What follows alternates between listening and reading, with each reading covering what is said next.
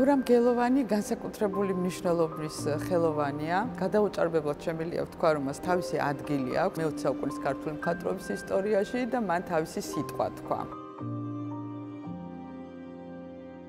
ძალიან მნიშვნელოვანია, რომ დღეს ეროვნულ გალერეაში გამოიფინა ეს მხატვარი. მიუხედავად იმისა, რომ ის თავის სიცოცხლეში იყო საკმაოდ დაფასებული საკავშირო გამოფენებზე, ევროპაში ბიენალეებზეც აქვს პრიზები მიღებული, საკმაოდ მოგზაურებული იყო ცხოვრებაში, როგორც ჩანს და მხოლოდ გარდაცვალების შემდეგ შედგა ერთი პერსონალური გამოფენა და დღეს ძალიან დიდი შუალედის შემდეგ ეროვნულ გალერეაში მთავარი დარბაზი დაეთმო მის შემოქმედებას და მიუხედავად იმისა, რომ მისი მემკვიდრეობა არ არის ძალიან მრავალრიცხოვანი, ის არის ძალიან მრავალფეროვანი, ძალიან შთამბეჭდავი და ეროვნული გალერეა ფიქრობ საინტერესოდ წარმოაჩენს მას.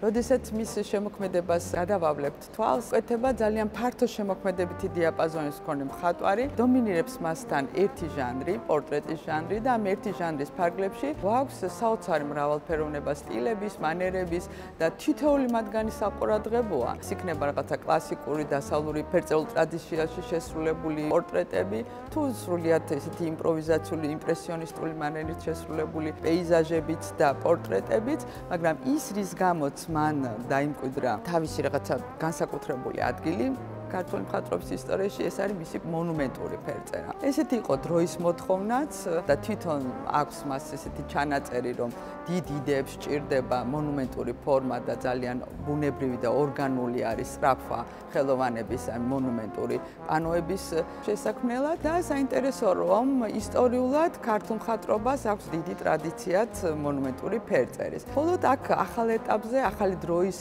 შესაბამისად, სულ სხვაგვარი პროცესია. აქ ხდება დაზგურ მხატვრობაში მონუმენტური ფერწერის სისტემის ინტეგრირება, სინთეზირება.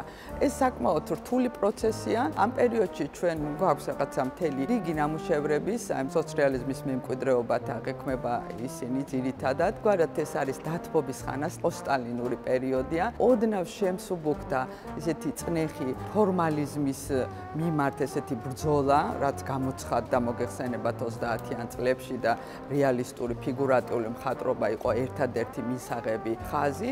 არის მაგალითები უფრო დეკორატიული გადაწყვეტის ამ კუთხით, ამ მიმართულებით, არის მაგალითები უფრო ზედაპირულად გაგებული მონუმენტალიზმის და გურამ გელოვანმა სწორედ მოახერხა ორგანული, ჰარმონიული მხატვრული ფორმის შექმნა, სადაც ერთდროულად უპასუხა როგორც დროის მოთხოვნას, ასევე გამოავლინა თავისი ნაციონალური, ტრადიციული ძირები, და რასაკვირველია, ამ ყველაფრის სინთეზირება და ჰარმონიაში მოყვანა მოახერხა ორიგინალური მხატვრული ფორმით.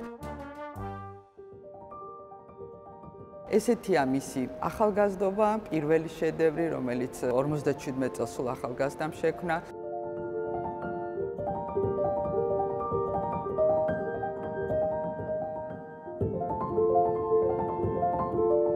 ასეთია მისი პორტრეტები, კოლმეურნე ქალი, რუშელი ქალი, ალექსი თუშარაულის პორტრეტი, ერთი სტილის ნამუშევრებია, სადაც მან მოახერხა და ეს სოციალისტური დიქტატით ნაკარნახევი იდეები მიუსადაგა რაღაცა ზოგად მარადიულ ღირებულებებს, სადაც ადამიანი თავისთავად, თავისი მნიშვნელობით, შრომელი ადამიანი, ქართველი გლეხი წარმოჩინდება თავისი მნიშვნელოვანებით და ძალიან საინტერესო მხატვრული სახეების შექმნა. ასეთია მისი ერთ-ერთი შედევრი, გამორჩეული ნამუშევარი, დუშეთელი ოჯახი და მინდა ვთქვა, რომ ესენი ნამდვილად სამუზეუმო კლასიკაა ყველა ეს ნამუშევარი და მიუხედავად იმისა, რომ სოციალიზმი ყველასათვის ცნობილია, როგორი წნეხი იყო და რამდენად რთული პერიოდი იყო შემოქმედებისთვის, მაინც აი ამ დიდ დარე ხარისხის მრავალფეროვნებაში იკვეთება ხაზი, სადაც იქმნება მაღალი ხელოვნება. მათ რიგში არის გურამ გელოვანის შემოქმედება